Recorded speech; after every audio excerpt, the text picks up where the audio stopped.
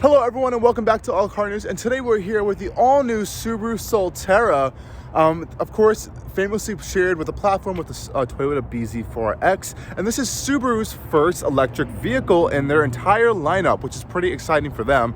And I'm going to take you guys on a full tour of the Solterra so far, and you have to be careful if you do want one because Subaru is not building that many for the 2023 model year. I'm sure production will increase for the following year, so if you do want one, supply is a little bit limited.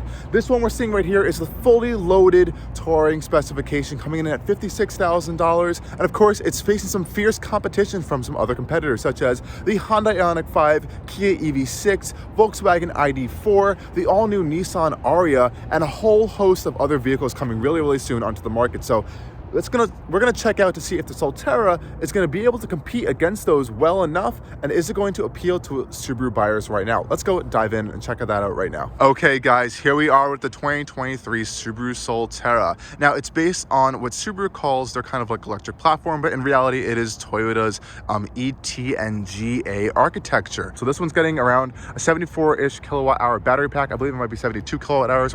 Up to 228 miles of EPA certified range, or 222 miles of range on the bigger wheels, which we have here. Now, since we do have the larger wheels here, that means we have the touring specification trim. And essentially, that's going to give you a lot more stuff on the interior versus the exterior as you are getting these larger wheels on the outside. The rest of it is pretty much similar to the other Solterra models. Up front, we have this really unique design language going on here, where we kind of have a shape outline of the Subaru's hexagonal grille design, though of course there is no physical grille as we don't really need one here.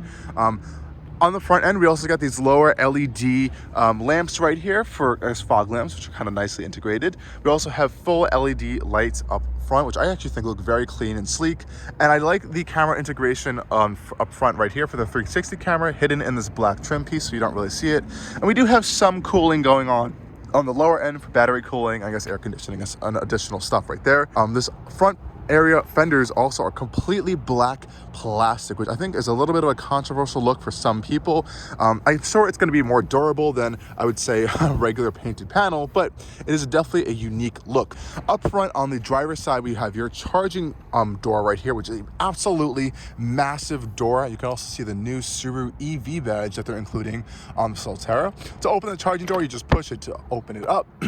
And you do have your two charging ports right here for your CCS adapter. You have your charging port, and of course, with DC fast charging. Coming around to the rear of the Solterra, again, a pretty clean look we can see here. We have full LED rear taillights as well, which actually look quite nice. And they're kind of like in this integrated pattern going into the rear bumper and fender down there, which is pretty cool. Nothing too crazy out here. There is a lot of badging though. So we have Solterra, Touring, EV on the side, and we have Subaru, and there's symmetrical all-wheel drive badging on that side. A lot of badges going on there. I'm not sure if I'm a big fan of that, but you do get that on this vehicle. We have a tow hitch attached to this particular one, so I think this has an optional tow package. And you can kind of get a little bit of a hint of the aerodynamics they tried to do down here. There's some underbody cladding and some little bit of venting going on there as well, almost like a diffuser to kind of help direct air around and out of the vehicle to kind of make it as slippery as they possibly can. So pressing the button, that opens up just like this. It doesn't have the most space in this segment, even in the rear trunk, even with the seats folded down, though I will appreciate the low load-in height to get stuff in the vehicle, and it's a very wide opening, which is quite nice. Out here, since we have the touring trim, we have our Harman Kardon subwoofer back here in the trunk, and we have a cargo cover as well. You can see the seats are able to fold down and recline as well, which is a really nice feature. Pull this up a little bit. You have a little bit more underfloor storage for your charging cables, but nothing too crazy under there as well. And like I said, the trunk is power closing, and oh, I spotted a Toyota badge, everyone. There you go. It won't hide its true roots after all. But of course, this is a power closing trunk as well. Let's go take a tour on the inside of the Subaru Solterra. I'm going to start in the rear seats, as this is, I think, a family-focused vehicle at the end of the day. So let's go take a tour inside. Almost forgot to mention that this thing has over 8 inches of ground clearance, and it does have a lot of off-road modes, actually. And I've heard that it actually can do some pretty mild off-roading on some, not crazy trails at all, but like some rougher roads and gravel and dirt. So I think that's pretty cool. Coming into the back of the Solterra, and we can see it's very, very, very spacious back here. And actually, I quite appreciate that a lot. I'm gonna shut the door up really quickly. On the door panels, we have this really thick gloss black plastic piece, which I'm assuming is going to get horrifically scratched up and disgusting really soon, especially if you have kids back here. So that's a little bit annoying to see. Kind of the soft touch material up top as well on the sides over here. I will say the materials in the Solterra are not the highest, especially in this class. Some other competitors are going to offer you some nicer feeling interiors, unfortunately, even as we are in this touring specification trim.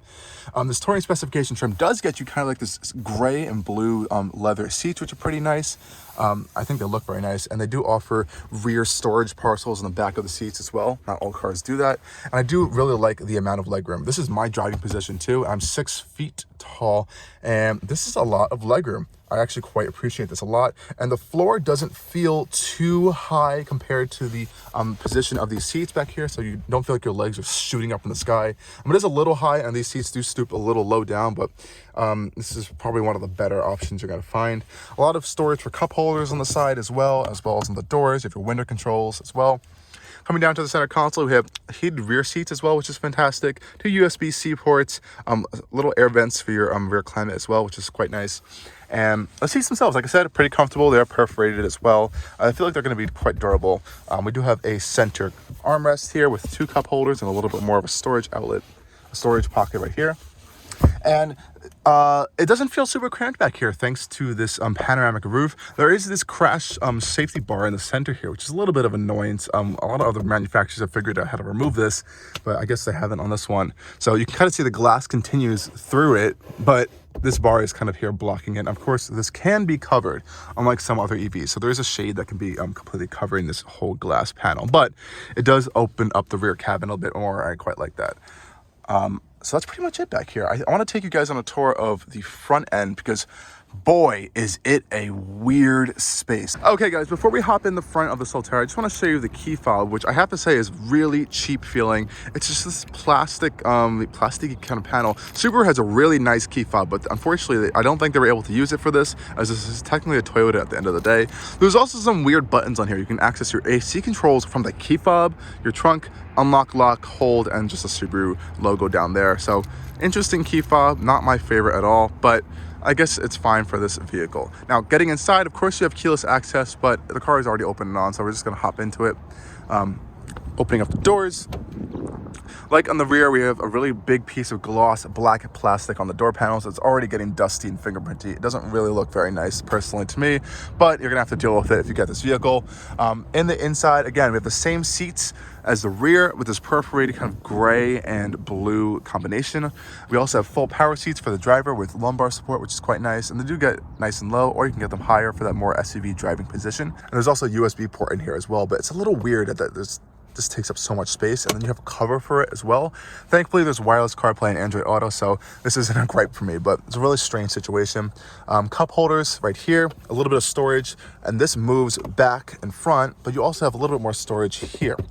Weird thing is though, there's no lockable storage in the interior of the Solterra, so if that bothers you, you may want to go for a competitor. Let's hop inside. Door thunk sounds okay. There's a little bit of flex in the whole door when you kind of close it. Doesn't feel super premium as per se, but it's fine. On the door panels, we have some controls for your typical stuff, memory seats, mirror controls, and all of that stuff. But that's pretty much where all the normal things end on this interior, as everything in here is really, really, really weird. Right off the bat, you're getting some weird stuff going on. I already showed you guys how there's no glove box, but let's just talk about the design really quickly. On the dashboard, we have this interesting kind of textile material, cloth material in gray. It looks okay. Hopefully don't spill anything on it because that will never come out. This whole center console is pretty big. Now, I wish this indent actually was on the driver's side because this panel is a little bit annoying. So that's kind of weird how it's on that side. Maybe for the Japanese market, they kind of prioritize that. But I wish this was like a flipped scenario there. Nonetheless, a lot of weird layouts for the buttons that I'm still kind of grasping a little bit. So in this center console area, obviously you have your shifter, which is unusual already. But then on this side, you have your one pedal drive. I believe that's that function, but it doesn't really work particularly as other EV one pedal drive modes work. Brake hold, emergency brake button. You have your 3 drive modes. So you have power, normal and eco that you can see up here. And then you also have your X mode button. So this kind of enhances the traction of your system. You also have a parking assist function, traction control off. And there is a few other off-road settings and kind of like traction modes that can send up to 60% of the power to the rear wheels. So that's kind of cool that Subaru allowed that to happen. And my favorite feature of this car, and I will say they knocked it out of the park with this one, are the camera systems. They are super cool. It's almost like a book out of like Land Rover and Range Rover. It's really weird how it kind of plays as like a video around the vehicle. It kind of shows you like where your wheels are and all that stuff, but it works, so I guess it's kind of cool. You can't really move it around though. You kind of can like pause it and like stop it, which is unusual to me, but you do have it and it works pretty clearly, so that's kind of cool. These buttons are strange. They actually are hidden when the vehicle is off, and they're all touch buttons. So you have your ventilated and heated seat controls right here. They work fine. Obviously this whole panel is going to be covered in fingerprints soon though. You have separate climate controls, which I really like, which I think is fantastic. All vehicles should have that. But things get a little bit stranger when you go over to the steering wheel. You also have hard buttons for volume controls as well. So love that. Thank you, Subaru. Weird stuff going on over here. This steering wheel takes a lot of getting used to, I will have to say. And as you can see, this is my eye level right now. This whole half of the screen is completely cut off. The only way I can see this upper screen is if I like push the steering wheel all the way down and like adjust my seat, so I'm kind of like sitting up with the steering wheel really down. So it's really strange with the positions going on over here. You're definitely gonna have to play with it a lot if you're kind of getting used to the vehicle. Before we even get to this mess of a display over here, I'm going to show you the steering wheel controls. So on the right hand side, you have your adaptive cruise control or regular cruise control. You can switch between the two. Distance control, speed adjustment, turning this on and off, which is your main cruise control on and off button, as well as your lane keeping assist button or steering assist button on that side. Here we have our control for our upper screen over there, phone control, and some more kind of joystick controls, volume control, and voice activation over there. We have paddle shifters on the steering wheel for regenerative braking adjustment, which sound and feel unfortunately very, very, very cheap. And traditional stalks for all your other indicators, headlights, and your windshield wipers as well. Now up to this display, because I have to say this is a very bad display. I'm not gonna lie, it's not my favorite at all, and I think it's kind of a hot mess. Pushing this screen over, you kind of have to like shuffle through these side menus if you want to go through them. You have trip controls, and here's your mess of a screen for your lane departure settings, parking assist. It's kind of confusing. I think the grayscale aspect of it makes it even more confusing, I think, sometimes. And then you can see all of your different icons for every single different safety system screen right there, which is kind of a mess to look at. The screen just is a little bit confusing to get used to for me personally. I'm not the biggest fan of it. Obviously over here is going to have your range, your power, and charging for regenerative braking. And of course, when you're in drive, you can change these regenerative braking modes.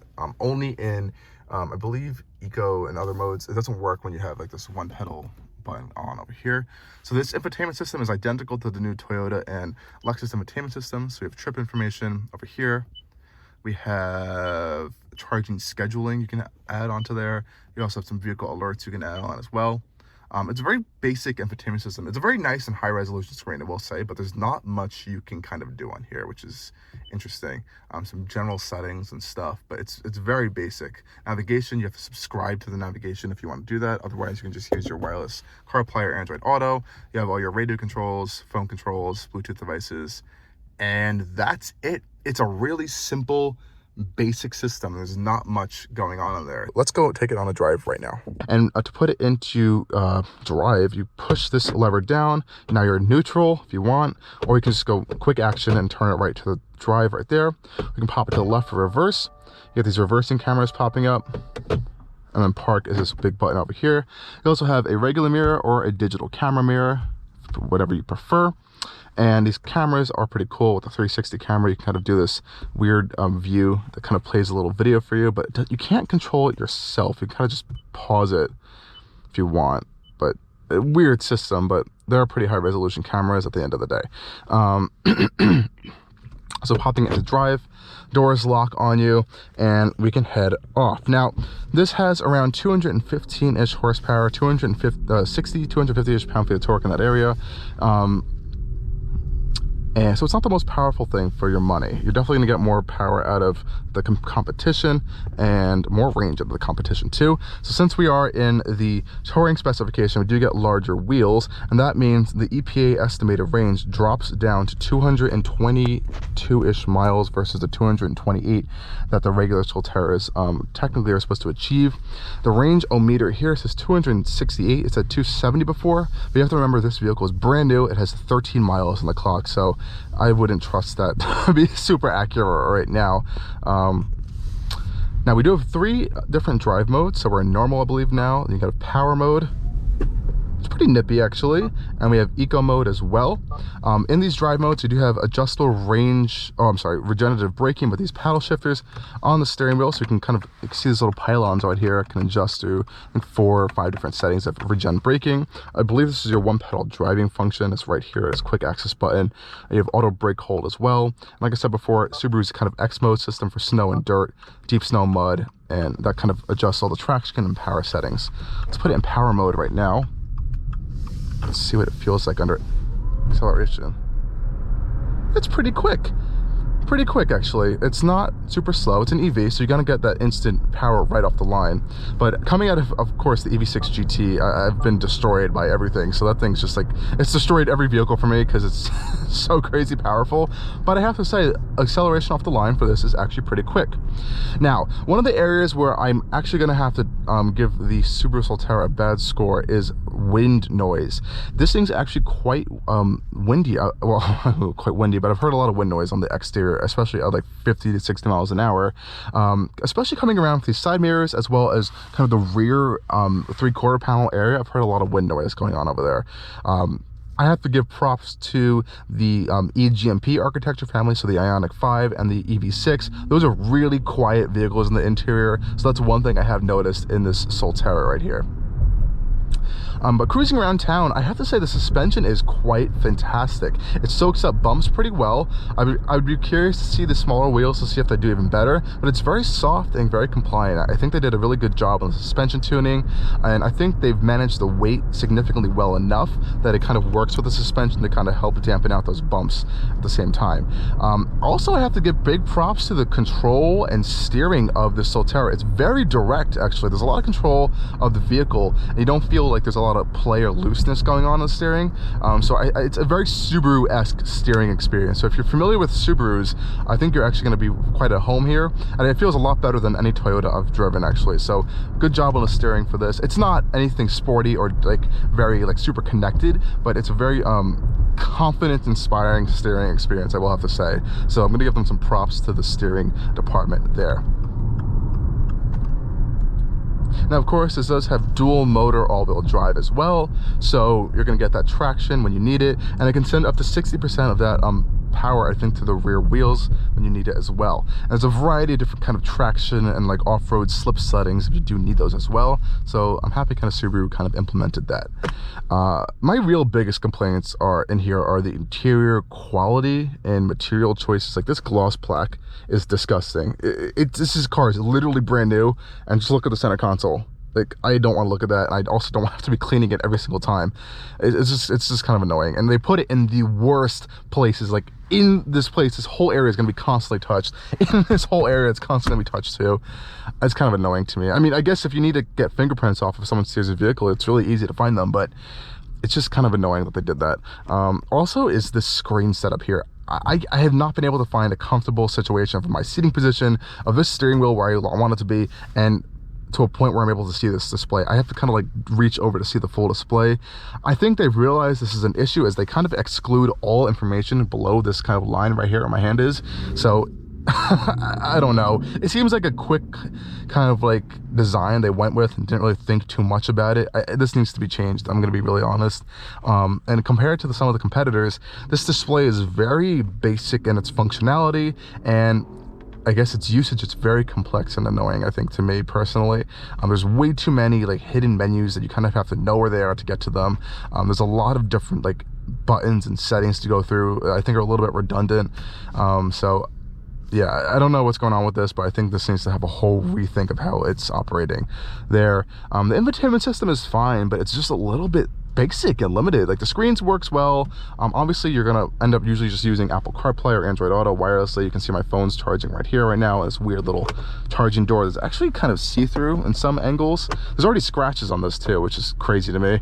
And like I said before in the full review, there's no glove box, so you just have this flat space right here, and you can shove stuff down here if you want to, or in the center console piece. But there's no there is no lockable storage in the Solterra, which I'm not sure if is a good thing or not. I think people might be turned away by that.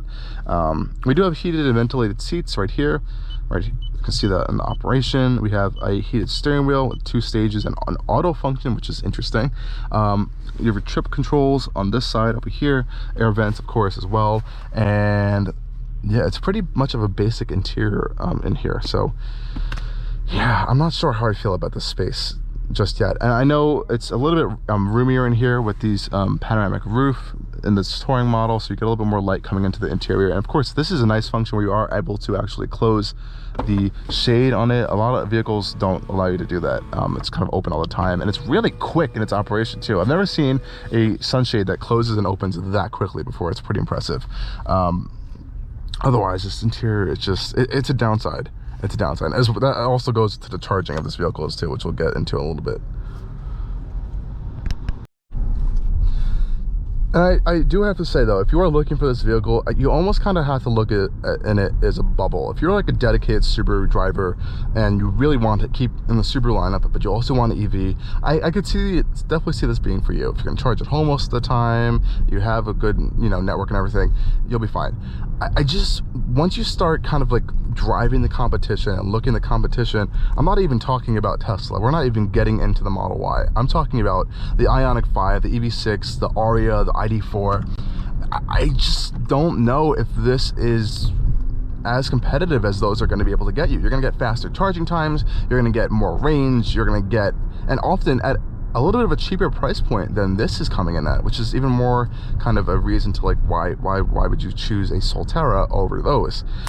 So I think that the customer base for this might be a little bit limited, and I think either their supply restraints are kind of attacking them, or they're noticing this kind of like demand drop, I guess, for this vehicle, and they're not making that many for the first year. I believe the production's around 3,000 or 6,000. I keep getting that number mixed up in my head. I'm gonna put the right one for you guys right there, but I don't know what's going on with this car. I know it's their first EV. I know there's still stuff coming down the road, and it's fine around town. Like there's nothing wrong with really the driving experience. It's nippy when you need it to be. The suspension's pretty compliant. There is a little bit more road and wind noise than I would kind of want in an EV, especially after, like I said, driving the competitors. You're going to notice that here versus those. But if this is the only thing you're going to be driving, I think it's a fantastic experience. It's one of the most refined, I guess, quote unquote Subarus I've ever driven in terms of ride quality, and the steering is still pretty fantastic, I think, actually, on this thing for what it is. I don't know if I personally would not put my money into this vehicle at all. You can't get the federal tax credit either, as it's not built in the United States, so you're limited on that aspect as well. So you're gonna have to pay full price for this, which is $56,000, and other vehicles are gonna be able to take opportunity of that tax credit. So if that's a big other factor to you, you might want to look somewhere else as well. I also think there's a big learning curve with this whole thing, driver system going on over here. It's really confusing to me. And I'm usually pretty good at intuitive systems, but I wouldn't call this an intuitive system at all. I like buttons, but these buttons are just all over the place, and you're gonna have to get used to them a little bit. There's this interesting blend of touch buttons and physical buttons, and I don't know if it's just me complaining, I'm just being in it for the first time, but I have been around this vehicle for the past 3 months, and it's still not getting in the system with me there. I'm just not the biggest fan of it. But like I said, it's a first attempt at this, and I wish they could have done better. I wish they could have done a little bit better. That was a risky left turn that person just did. Wow.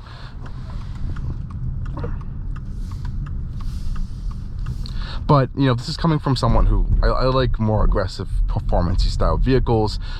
And I have to say, as a daily vehicle, I think this is, like I said, it's fine. It drives well, it's smooth, the steering's fine, the suspension's fine. visibility is pretty good in here. You have a very steep front area right there, so you can kind of like look straight down. I will say this screen actually blocks some of your visibility up front a little bit, so that might a little bit of a letdown there.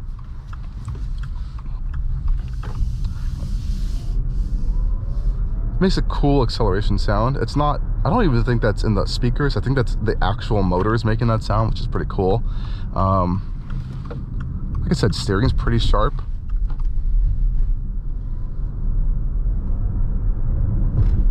And it's nippy enough around town. It's not, if you're looking for something that's gonna be quick and like speedy, this is not the car for you.